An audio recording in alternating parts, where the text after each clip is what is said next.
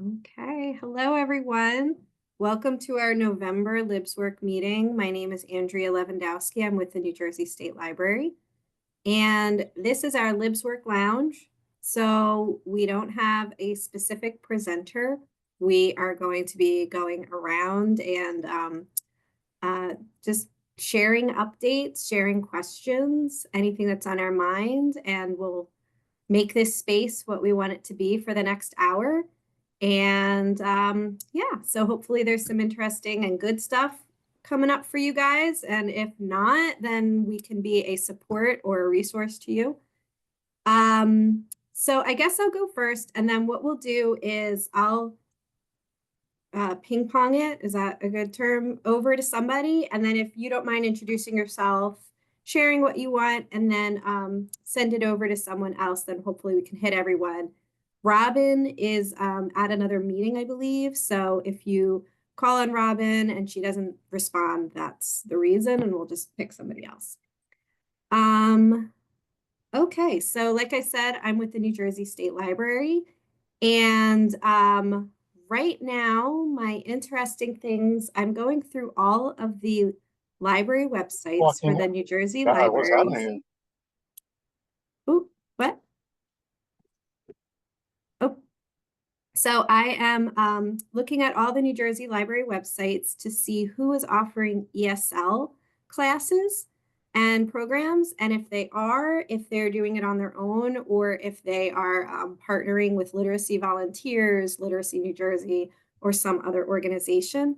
I'm kind of trying to see how this is being handled in the state, and then what's maybe ways that the state library can support that work. We're also very much involved with digital equity work with the state broadband office, waiting to get our capacity grant approved. And then I know that there will be a lot of work that the state library will be supporting. I think that's, a lot of my work has been digital literacy now. We have North Star licenses in 100 libraries in the state. And I haven't been doing as much support directly of workforce development, although with the digital literacy stuff, there's obviously ways that is supporting workforce development. And that's about it for me. So if anyone has any questions, you can put them into the chat or unmute. Otherwise, I am going to send it over to Emma.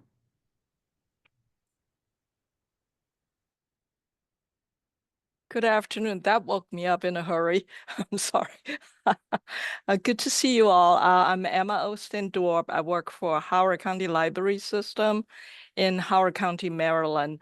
And yeah, as far as my library system goes, we do have an ESOL program here, and it's been in place since 1987. So we have some history and experience in this area. We also receive a grant from the state of Maryland. The grant is authorized by a law passed in 2010 or something like that. So the funding has been really helpful in us expanding what we can do here. Right now, we have regular ESOL classes. We serve about maybe 450 adults a year.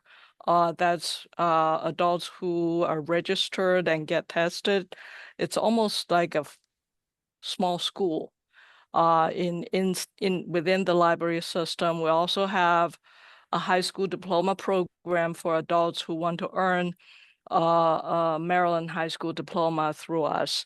So, and my department, that's what my department does. It's called Project Literacy.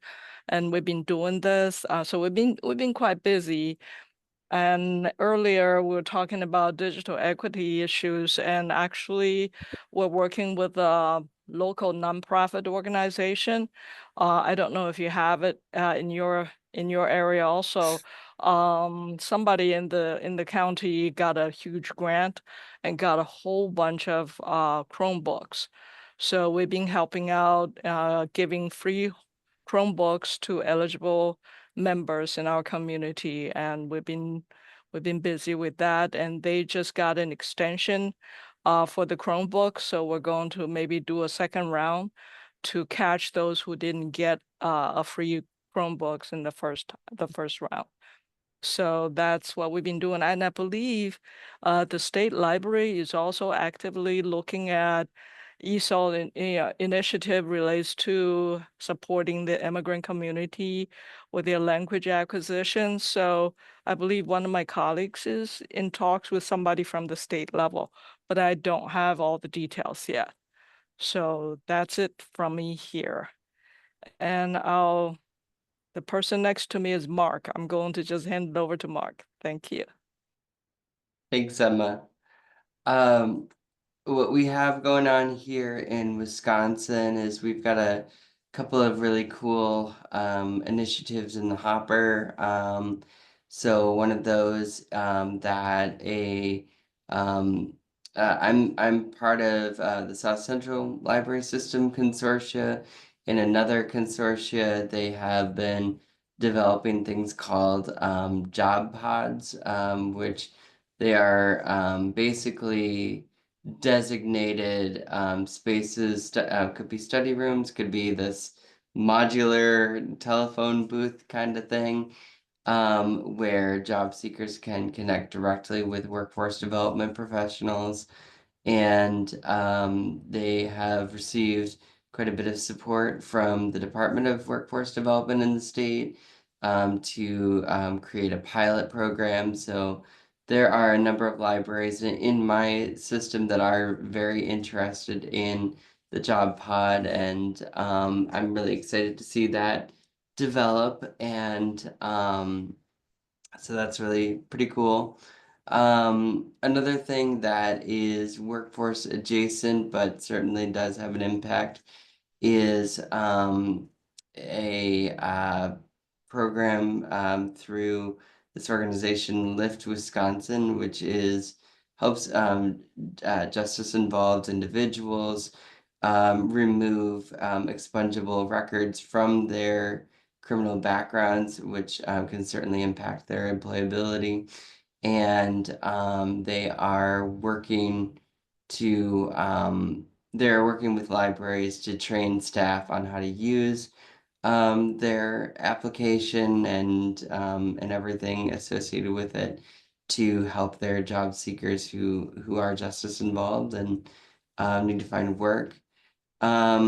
Interesting observations that I've been seeing is that even though we have historically low unemployment, Wisconsin actually is under statewide underneath pretty comfortably under 5% unemployment, which is just amazing to see. But there have been some more questions or more interest in helping job seekers that I've noticed from my colleagues in the library community. And yeah, any questions that anyone has? No? All right. I will, all right, I will ping pong it over to Joyce. Hi, thanks. I'm Joyce Abbott. I'm the Workforce Development Librarian at the Washington State Library. Um, I am working right now on micro trainings because I've noticed that a lot of people can't go to an hour-long training, so I'm trying to get the trainings down to 20 minutes with time for Q&A. And doing a series. The first one started with, it's a job help series. The first one started with trying to get people to understand how the certification program has changed and that it doesn't require people to proctor.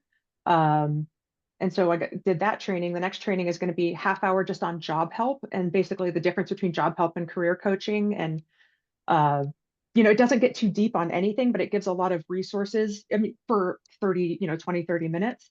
And the one after that is going to be resources for entrepreneurship incubators.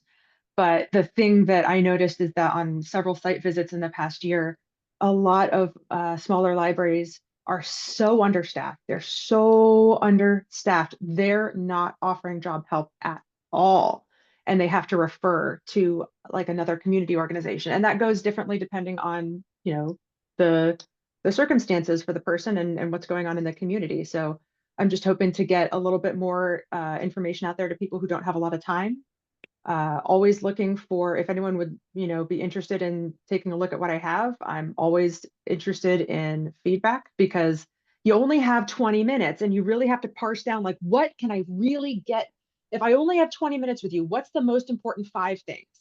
So yeah, if anyone's interested in looking over that, I'm probably going to finish it today. It's going to happen next week. But other than that, the state library's been uh, hosting / funding a digital equity support group, I guess. It's a cross-sector support group that has a lot of people from nonprofit, from local governments, from different libraries, from a lot of different other sectors. And we've been funding it along with our Seattle King County Workforce Development Council. And both us and the council are kind of running out of money. So we're trying to figure out how to get this group funded, because we have to have a facilitator. When you get that many people together from across different sectors, all doing different jobs, we need an impartial facilitator in order to get anything done in that group. So that's what I'm working on this week. Just wanted to share that with y'all. I will popcorn it to Jesse. Hi, everyone. So basically, can you hear me okay?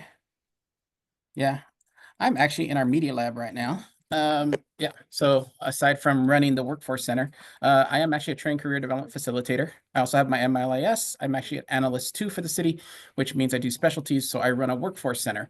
I do one-on-ones weekly. I do both in person and virtually. So that's actually 4 1-hour meetings a week, split between the two. Basically, I am, because of my background and my bachelor's was career development. Yeah, I do career guidance and development. We're not a workplace center, you know what I mean? We don't place anyone on jobs. We just give guidance and development. Otherwise, I run a second group. I'm also a program administrator for an additional group. That's a 12-week cohort, currently through a secondary grant. We do what's called Job Connect Plus. That's basically for 12 weeks. I have 2 navigators that meet weekly with 20 participants for an hour a week. Plus I have an instructor who comes 4 times throughout those 12 weeks. We do everything from resume to interviewing to networking to career change, right? And we basically have them go through. So it's basically 3 months. So we've actually are going through our 4th cohort, 5th cohort coming up, opens up this December. And that will be the last official cohort for this grant before we pitch it to our city. So this is Burbank, California. We pitch it to the city to make it a permanent fixture. Right. So it's just a matter of just making sure that our navigators and our instructor who are on contract at least have the funding. And then that way we can make it a permanent program on top of the normal Workforce Center day-to-day that I deal with as well. Is there anyone who has not gone next? I can just jump over to. Hi, Lisa. It's awesome to hear what's going on there, Jesse. I'm former DOL too, so it's always nice to see somebody else that's walked that bridge, I guess. So what's going on in Maine? We're still continuing meeting regularly with our cohort of libraries that are providing services for remote workers in the state. There was some grant funding that came down through the Department of Economic and Community Development out to our libraries about a year or so ago, whether it was to add on some space or to add equipment or whatever was needed to be able to provide a remote workspace for members of the community. So that's trucking along really well. Next Monday, I'm going to a day conference on apprenticeship. I'm interested in And a lot of things. this is one of those places where the work I do for workforce development for librarians, as well as for the patrons they serve, kind of blends. There has been some interesting discussion coming up. I've seen on some social media platforms around using the apprenticeship model for librarianship. It's something I've been looking at for several years. So I'm hoping to get a little more information on that next week. I think that we are already seeing it being used for some ed techs.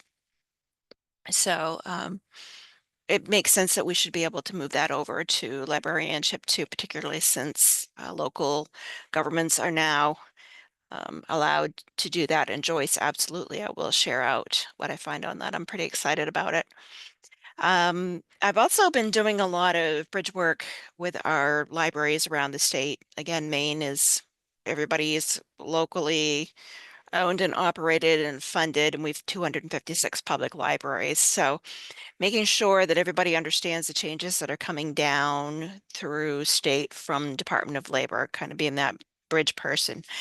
A couple of interesting things that I didn't know that I've since learned, and one of them is that if when Bureau of Labor Standards comes in to check your workplace, because our libraries are employers, as well as being libraries and places for people to get job seeking help. The standards that they keep by are 10, if you have 10 people or more working there. But that 10 also counts, and Joyce, you might find this interesting too for your small enrolls, that 10 also counts board members and volunteers, which I didn't realize. So Safety Works is the organization that comes in. We'll do a free assessment, walk through everything to make sure that the building is compliant. If BLS shows up and finds things, then there's probably going to be a fine attached. So we're making sure people know about that. Paid family medical leave is a Maine law that's going to be starting. The funding for it, the withdrawals from people's paychecks are going to be starting January of 2025. And that's to provide a certain number of paid weeks for medical leave for certain circumstances that aren't necessarily covered by the federal medical leave. So that's been a whole lot to wrap our heads around. We're doing a statewide thing next week on accessibility, especially web accessibility for local governments and state governments, because the Department of Justice has some more stringent guidelines around that. And there was something else, if I can think what it was. Oh, our career centers statewide are going to be rolling out a virtual career center platform. And we're looking forward to having our Deputy Labor Commissioner come and talk to our librarians about what that's going to look like when it's ready to roll out and how to access that, because we know that with, 10 or so career centers statewide, trying to serve a population with the geography that Maine has, the public libraries get used a lot for career center meeting places. So making sure our librarians know what that is, first of all, if somebody comes through the door and asks about it, and then how to access it and who to contact if there are questions, are some big things that are going to be coming up. So that's us in Maine, and I will bounce it over to David. Hello, everyone. Hope you all are doing well. Hope you can hear me okay. Things in Charlotte are going well. Just planning. So for the last 2 years, we've been planning a mobile internet lab, and that got delivered this month. And then I found out I'm the one that's going to be running it. So that's been a little bit of a surprise, which is always fun. We like to sometimes create very inventive things to draw people in without thinking of a staffing model. So I know that's not unique to us, but something I've been working on. It also, some of you all may not be aware, but our main library after 110 years was torn down completely and is now going to be completely rebuilt, which is a once in a lifetime opportunity. But we're just now starting planning for the Opportunity Center, which is going to be on the second floor. And so a lot of things are kind of smashing into each other at once. And I'm trying to figure out my capacity in all that. And then on the justice involved side, I don't know how many of you are familiar with reentry simulations, but that's where you go through a simulation where you experience what it's like coming back from being incarcerated and all the societal difficulties entailed with that. Well, I was able to track down the vendor for that out of Texas. So I'm going to be able to buy a reentry simulation kit branded for the library for about $2,500. So it's pretty good deal. And I can send you all that information so Andrea can share that out. But they'll come out. I've done enough where I know how to conduct it myself. You just need like 10 to 12 volunteers, but there's only like one kid in the community. So I think it'd be good for the library to have our own so that our library board can experience and our foundation and our own library employees can understand the frustrations that our justice involved neighbors go through coming back to the community. So that's kind of where we're at. I'm looking forward to 2025. I think it's going to be a good year. Tomorrow we're hosting one of our we host hiring events with the school district. It's called CMS, Charlotte Mecklenburg Schools, and tomorrow we're hosting one.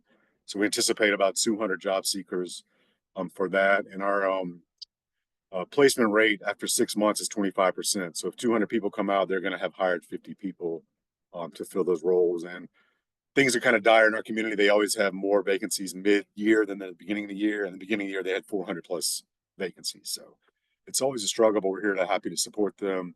Been doing that for 18 months, and we're scheduled out all the way out through next August for those hiring events. And they're hiring events, not job fairs, because you come with your resume and you interview with principals and department leads on the spot. And by the end of the day, they will have placed probably 10 to 15 people provisionally for that. So happy to answer any questions, and thank you for the time to share.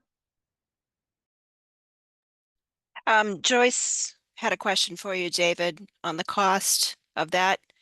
The question was $2,500 per year. As far as I understand it, I own it. There's no licensing after that. It's literally they send you the kit with all the materials. They also offer, I think, $1,000 for them to come out and do it, and 500 for something else. But yeah, from what I understand, it's a one-time fee. Oh, sorry. One other thing we did do. We talked with a Wake County Library. They have become sensory certified. And that's where their whole organization is certified as a sensory friendly environment.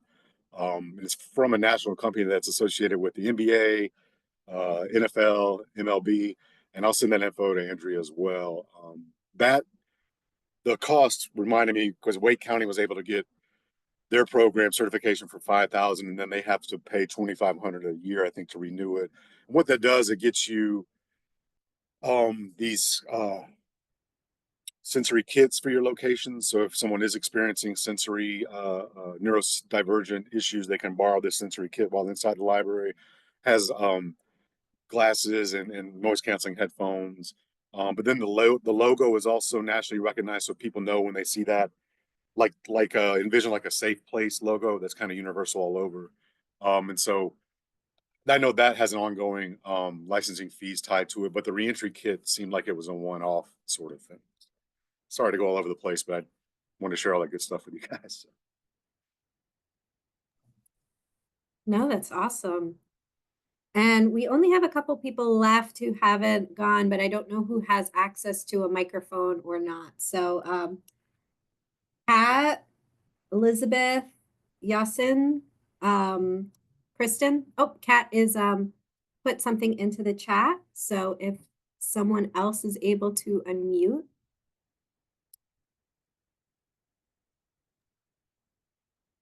Hello. Elizabeth? Sorry, I'm in a Zoom vortex right now, so I'm having to join from my phone.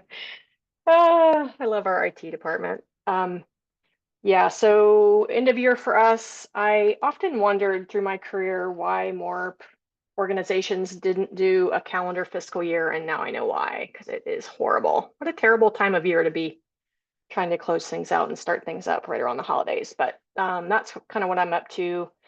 Just trying to also spend down some money for our adult tutoring program, which mostly supports English language learners.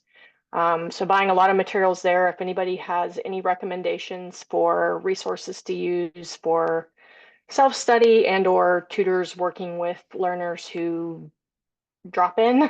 A lot of our learners come back every week, but trying to just beef up that program a little bit.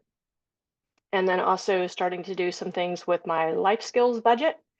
We're hosting a mending workshop with an organization called Refugee Artisan Initiative, which themselves are a great workforce development story. They teach refugee women to become like textile artisans, and they have a couple big contracts that the organization goes through, but they teach them sewing and other fabric skills. So looking forward to that this weekend, and then maybe doing some sewing classes with them next year. That seems like a good life skill. And then I've been asking our librarians if they have suggestions for other topics that we might include next year. And I've gotten some good recommendations back. But if any of you do life skills stuff, I would love to hear about those programs. I've wanted to do some stuff around personal finance as well, making some slow inroads there, but I think the theory that I have in mind to how to approach it is a kind of a heavy lift. So I've decided to focus rather on quality rather than quantity there. So giving myself a little bit of a break that it's taken me 2+ years to get something going. Yeah, not doing a ton in more formal workforce development areas, mostly focusing on digital equity. We have some Spanish language computer classes going on, and there's a huge deficit in our community for English classes, specifically English level 1. So we are sponsoring 2 of those in Seattle right now. They're 13-week courses, one in the north part of our city and the second in the south part. So some different kind of things going on there, but also trying to start planning for next year and figure all that stuff out. So yeah, looking for recommendations there. I'm interested to hear what people are doing. Thanks. Elizabeth, have you or anybody in your region ever done anything with Bridges Out of Poverty? The state used to have a Bridges Out of Poverty series, and I tried to get some stuff going through our library association years ago, and nobody seemed interested. But it was our Department of Commerce, our Work First program. What makes you think of that, Lisa? That, well, partly because the book is right there on my desk, but Good reason. it was something that one of our communities that welcomes a lot of new Mainers had going during the COVID shutdown. And that book, even just the book itself impresses me so much because it assumes it assumes nothing. Like there are certain things that people who come from generational poverty know how to do that other people don't and then wouldn't know how to do. And then there's things people who come from generational wealth or privilege that know how to do and don't know how to do. And then there's like that middle class sort of a thing, and it really makes you stop and think what,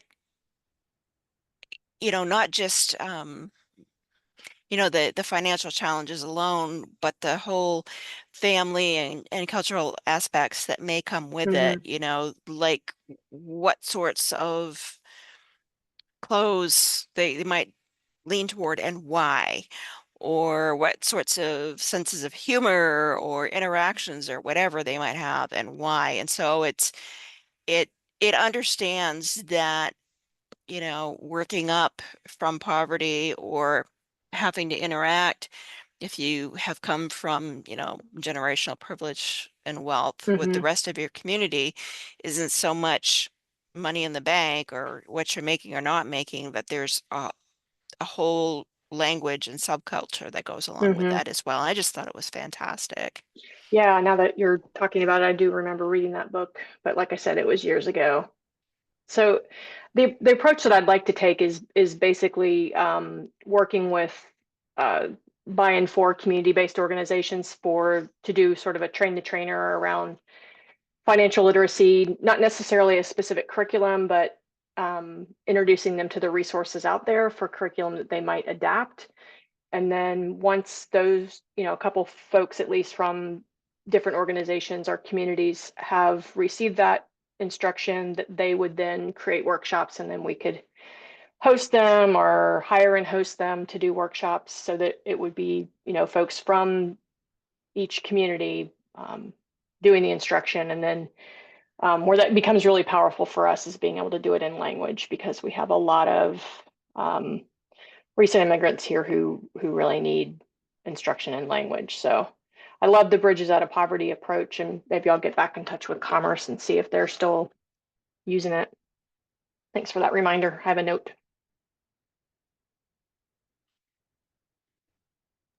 Thanks. Okay, so last but not least, we have Kristen. Kristen, did you want to unmute and share anything? Sure. I have not been able to be as consistent with this group. So I don't know what y'all know about our system. I don't really have updates so much, but I thought I would share a little bit about what we're doing for workforce development at this time. So I'm Kristen Linscott. I put my information in the chat. I work for Plano Public Library, north of Dallas, Texas, and we have created since last September. It's been going on for a full year now. Something we call the Job Resource Connection. So every other Monday night, we have library staff, and we often bring in community partners to talk with people who are looking for work. And we just connect them to resources in the community. We offer library resources. The librarians give them an idea of what kind of assistance they can provide in terms of resume prep. We talk about LinkedIn Learning. We have Blue Career now. So those kinds of resources, that are available. It's been really neat to see this community grow because the librarians who are responsible for it, it says we're a fairly large system of 5 libraries. And so we have about 180 staff, but a group of about 6 librarians have really taken this on, and they communicate every time there's one of these programs. They communicate who has come, what their situation is, and what their individual needs are. And so we're trying to tailor the programming in this to where people are. So we have, people that are new to this country, new to our community, maybe laid off after many years of working in one industry, and they need to switch industries, but they're not sure how to do that. We have people just out of college, and we have such a variety, just kind of everyone. But we're trying to meet the needs of the people that are coming. It wasn't set up really as a support group, but in some ways it is that, networking and encouragement for people as they're searching. And then obviously we don't mean it to be a long-term thing. Hopefully they find something within, a few months. We bring in speakers about different fields that are currently hiring or of growth industries in our area. So we've had the community college bring some of the programs that are current and recruiting people. We have Workforce Solutions, our, state workforce provider, coming in next month to talk about their services and how they work and what they offer. And we've had a presenter about networking, how to do networking. What is personal networking? And for looking for a job, what does that look like? How do you do it? And talking with them about presenting themselves and how to even just introduce themselves to other people, practice with that kind of thing. And we have a community college person talk about resumes and what the systems are looking for now. And we even have one little program on looking at job fraud. How do you know if a job that's posted somewhere is a real job, or, how to find credible opportunities? So we have a variety of things, and we're always looking to improve that and to branch out and bring in other presenters. We've had some people from within the city talk about different departments, like our 911 operators we always need more. So they've come in and given like a 10-minute or 15-minute little introduction to what that job is like, in case there are people that are there that that would be something they'd like to consider. So it just kind of rotates around doing different things. We actually had somebody from HR come and talk about, from the HR perspective, what hiring is like. So just a variety of things. And I love to get ideas as I'm listening, of other topics that we could engage people in to help them with their job search. And of course, our resources like LinkedIn Learning and those kinds of things, we do that as well. So that's what I had to share. That's awesome. And also awesome that you have more than one person doing this. I think that that Right, is so good. So it's not just one right. person's pet project.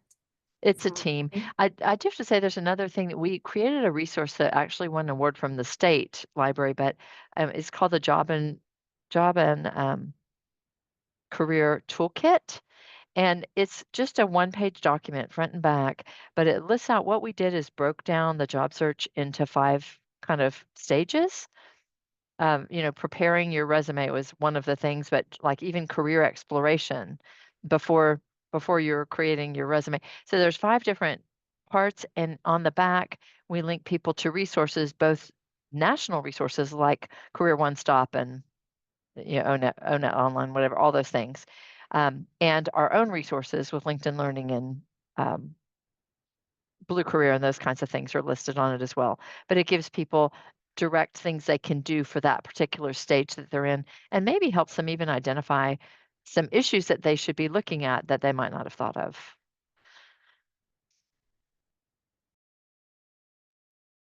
that's great. Is that something you'd be able to share? Absolutely, and I'm looking right now for a copy of it that to see whether it's in a form I can just stick into the into the chat. So I'll hopefully do that in a minute. Yeah, go ahead, Emma. Okay, I'd just like to share, just piggyback a little bit about what Kristen was saying. In my program, I'm from Howard County Library in Maryland. We have a 5-week lesson for people who are interested in preparing for their job interviews. So the first 3 lessons, these are 2 hours lesson each.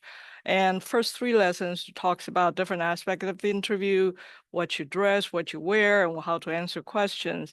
The fourth is like a mock interview. We actually invite the local workforce development office. They have specialists there. They come over. It's a virtual lesson. So they would drop in and then actually conduct a mock interview for those who are interested. And then the last lesson would be like a feedback. Sometimes they give feedback during the same lesson, depending on the time. So this semester is coming to an end, but we're gearing up for the winter semester that's going to start in January. So if you're interested, we'd be happy to share this lesson with you. You're welcome to observe. It's a 2-hour lesson virtually. So anytime if you're interested, we're happy to share what we have here. Yes, that would be awesome if you could share that.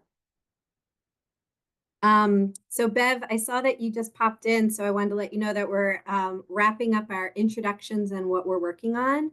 So if you would like to just say hello and share anything, you're more than welcome. Sorry to put you. Oh, and Robin too. So we're at the tail end, so you're right in time. So Bev, if you don't mind going first. Yeah, no problem. I was on another meeting, so I'm sorry I'm so late. So I'm sure, probably know my colleague Juliana Robbins, who is working on the workforce development platforms that were paid for by state funds that expired September 30th. And so those are all being transitioned for libraries that want to pay for their own subscriptions, but sunsetted for many others. I actually am coming through a different angle, and that is, and I know that Howard County also offers these, but we offer adult literacy services, but we offer them statewide and have had state funding for this for 40 years. We just celebrated our 40th anniversary with a big, really great event.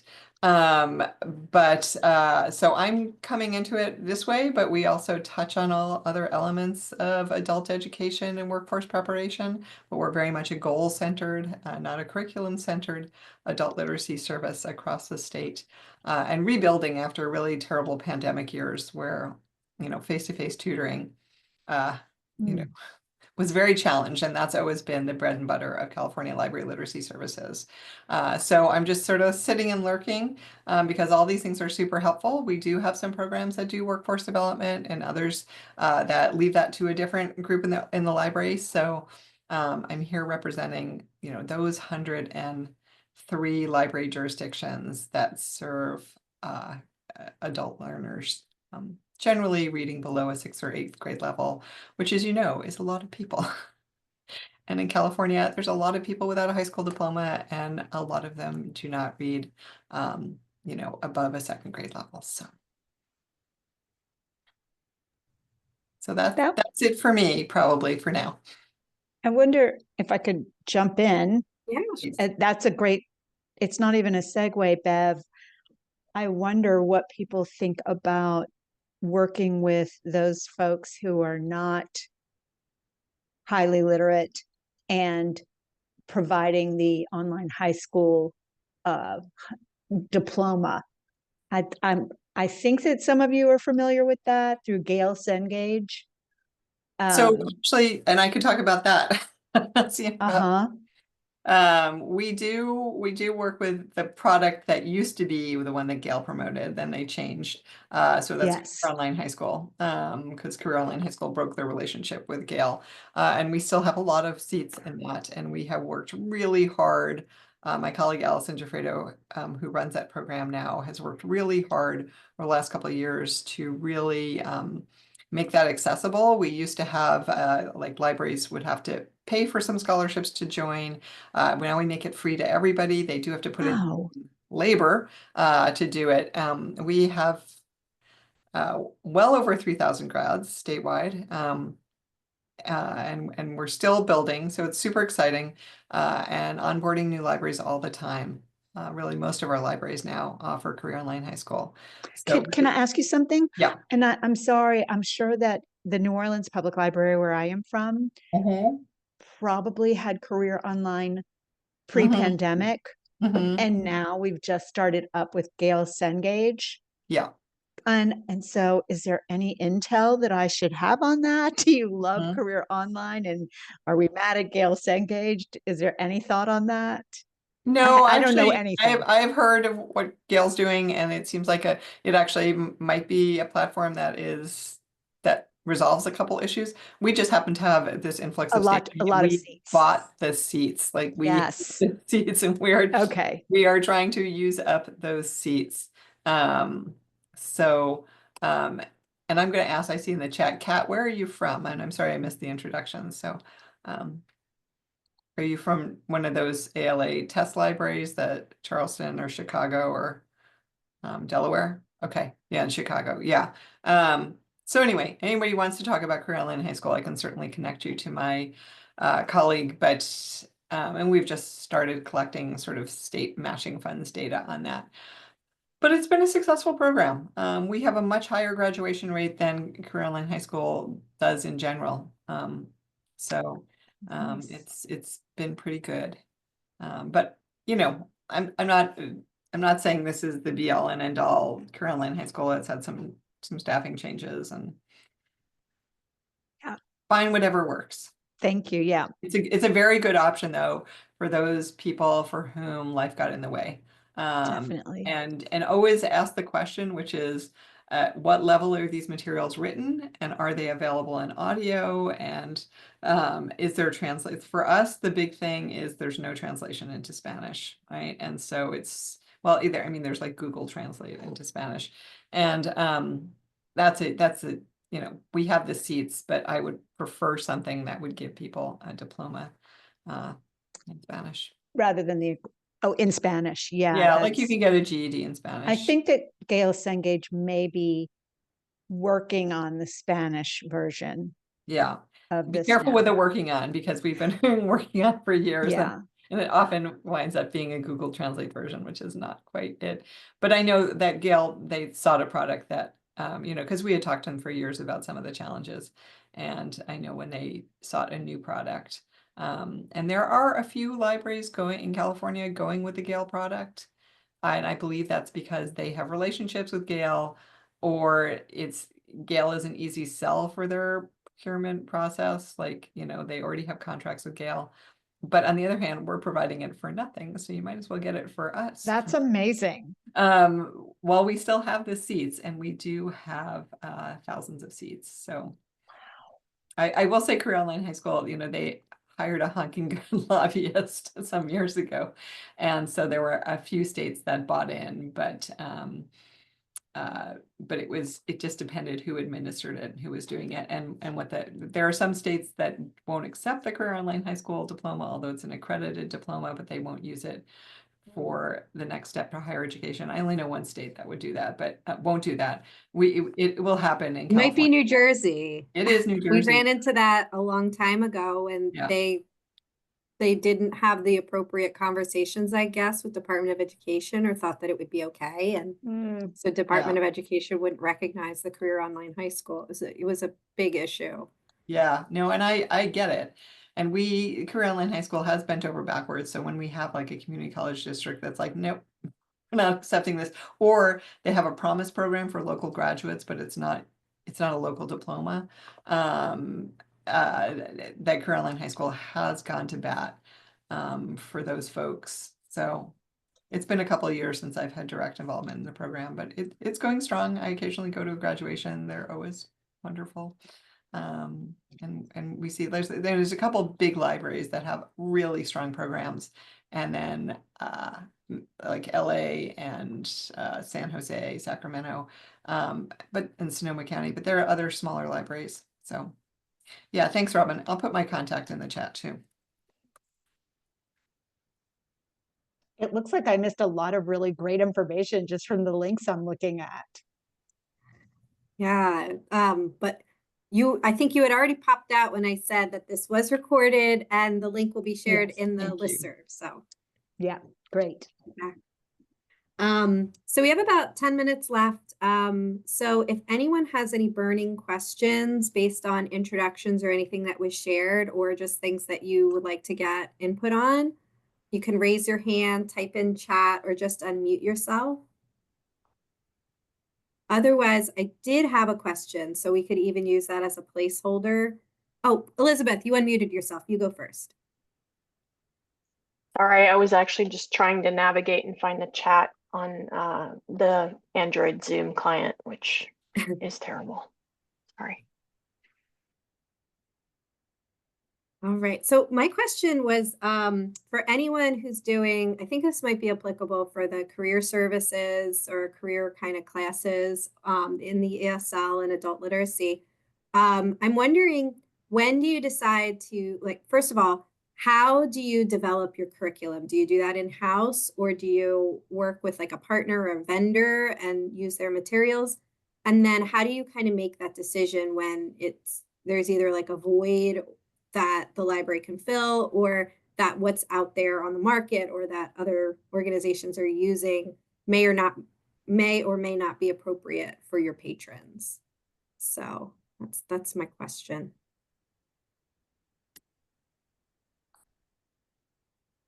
I would say that I'm just going to jump right in here.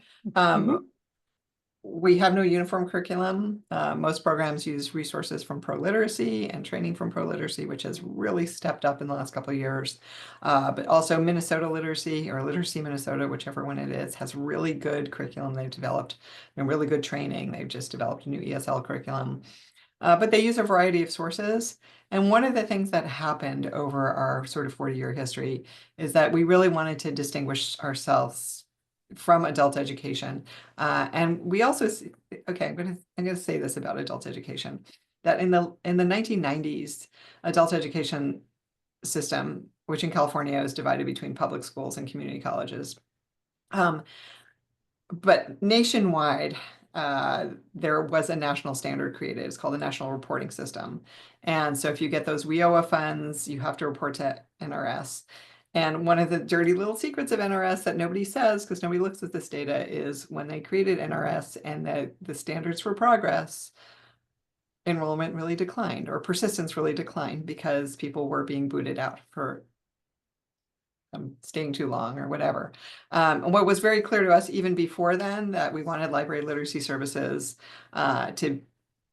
to be distinctive and to really address adult learners' needs, which might not be higher education focused or career focused, which is the two big adult education pathways. If you want to be able to reach your kids, or you want to be able to read medical information, or you want to get voter information, like that's fine. Whatever it is you want to do, you want to learn to write in cursive, that's great. And so we actually started this out, excuse me, really in the 1980s, we hired ETS, Educational Testing Service, to develop an alternative measurement for us. It's gone under different names. Right now, it's under the names of roles and goals, where each adult learner who enrolls sets their own goals, and we check progress on goals. It doesn't give you the fantastic numbers, but we always say working with volunteer tutors, it doesn't matter if you tell somebody that somebody's comprehension score is a 3.2, whatever, because that doesn't mean anything to most volunteers. So we have really always gone in that way. It's been true for most of our 40 years. It's a little bit of a bear to manage. We do constant training on it, constant discussions of it. We've revised it a lot over the years. But I love that CAT, their own curriculum, Digital Learn. So we just did a great webinar with Stephanie Singleton from Oakland Public Library about her digital literacy program for folks with low foundational literacy skills. And we are going to take that webinar national, I believe, in the spring. If any of you get PCI webinars, do any of you subscribe to PCI webinars? That webinar is available through them. We have it on our statewide learning platform. But yeah, so Digital Learn is one source that she uses. North Star, less so. We had statewide subscriptions to North Star. Some people still have them, but it does take a lot of management and knowledge. So that and GCF, Learn Free, or whatever it's called now, the Goodwill. Everybody loves GCF. Yeah, and it's free. It doesn't get much better than that.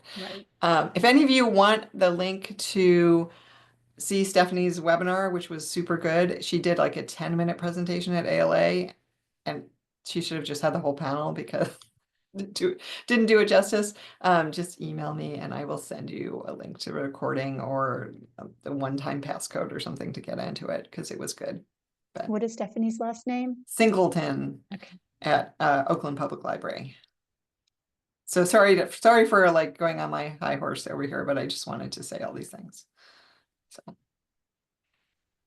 No, that's great. Yeah, and we have the North Star subscriptions in New Jersey, but since I think that it's more appealing to libraries to take elements of the curriculum and implement them rather than teaching it that way, just because I don't know that a lot of libraries have like a multi-week class kind of set up like that. That's, I think that it was maybe more designed for adult education, and libraries don't go as in depth necessarily, or maybe not as in depth yet with that kind of structure. Mm-hmm. Okay, any other questions?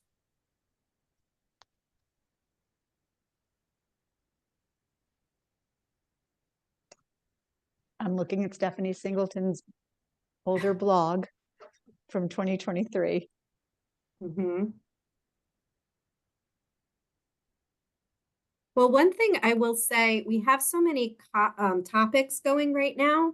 So I may do a poll as we go into the new year with some suggestions for topics.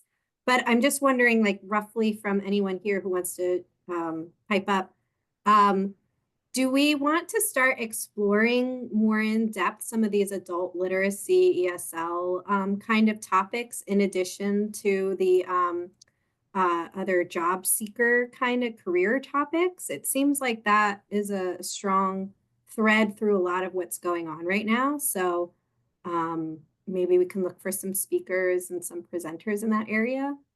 Or if anyone has any specific things that they want to look at with the career development focus, we can go that way too.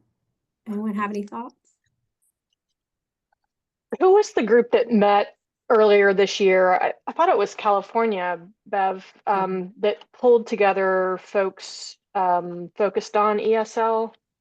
yeah, we pulled together folks focused on ESL. It was just a one-off call, and I would love to do like a national conference. I didn't get a lot of internal support, but now I'm focused only on this issue. And I Yeah. want to revise that call, bring it back, and do it in a future month, maybe in January. What do you think about maybe combining it with the LibsWork meeting? I think it's great. I mean, it seems like there's a lot of momentum in this group again, and it's an established, Andrea Yeah. handles all the stuff. So some of you So there were people who did presentations. I think yeah. you've done one. And that was totally free form. I just made a Google slide deck. And I'm going to say, Elizabeth, that when I put out the call for that, I only spread it through COSLA, and I had It was 150 huge. participants for that Yeah, call. I know. It's And I didn't even invite anyone from California. So you have to understand, like, we have, hundreds Yeah. of members in California who would have loved to have been there, but I was like, I just want to find out what's going on. And I'd love to revisit that. So if anyone who wants to work with me on that, I'm happy to do that, happy to revive that call. Because one of the things I learned in that meeting was, like, at the end, people are like, when are we going to meet again? I'm like, I got something going for the next 6 months. So Well, that's why I mean, like, combining these two, Yeah. like, even if that's a meeting that takes place twice a year through LibsWork, and Mhm. maybe thinking about PLA as an in-person gathering. Yeah. Which leads me to the question, is anybody else a member of that, like, multicultural ALA roundtable group? I had hoped that that would be a place to talk about things like this, but now that I'm having to foot the bill for my own PLA membership, I'm thinking about dropping it because it doesn't really feel like they do anything. And it seems very academic library focused for one thing, but then it's very quiet. Yeah. Nobody else. Well, I think it makes a lot of sense for this group to touch on all these other real topics related to workforce development, especially given the unemployment rate right now. I think, yes, it sounds like they're successful and really good job seeker assistance thing. That's going to be a perpetual need.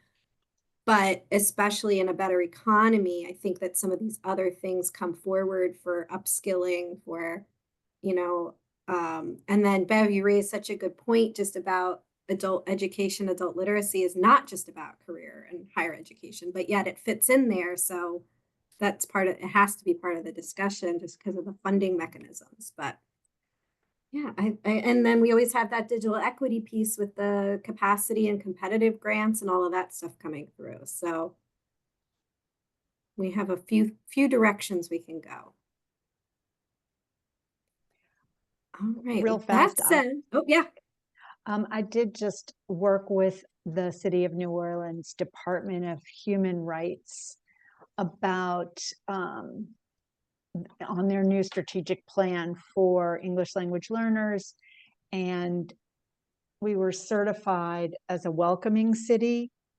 I don't know if anybody's familiar with that thing. It's a process. And so we're working on this in New Orleans, but I will be glad, Elizabeth, to share the outcome of how our city and our community leaders and other people in our area and how we looked at ESL and providing access for all of our organizations to, lifting up English language learners and making everything more accessible and equitable. That was just kind of a big thing that we've just been involved with, a couple of us here at the library. So I'm glad to share whatever comes out of that. And they were really happy to have the library amongst them, which I guess a lot of people just, aren't familiar with necessarily bringing in the library to city organizational work. I don't mean to sound sarcastic, but it's surprising. Yeah. And we had a couple people talk about the reentry topics as well. So I think it's all one big web of this whole discussion. Yes. Kat, I don't know if you would be willing to speak as well at a future meeting about the ALA grant, but that would be great to connect with you as well afterwards, after the meeting through email and see, to learn more about that. It would be excellent. And Bev, I'll be in touch with you as well afterwards. Okay, yeah, it's still getting started, so we'll make sure that we have you on tap. All right, let me stop the recording and then I have to jump to my next meeting. So thank you, everyone.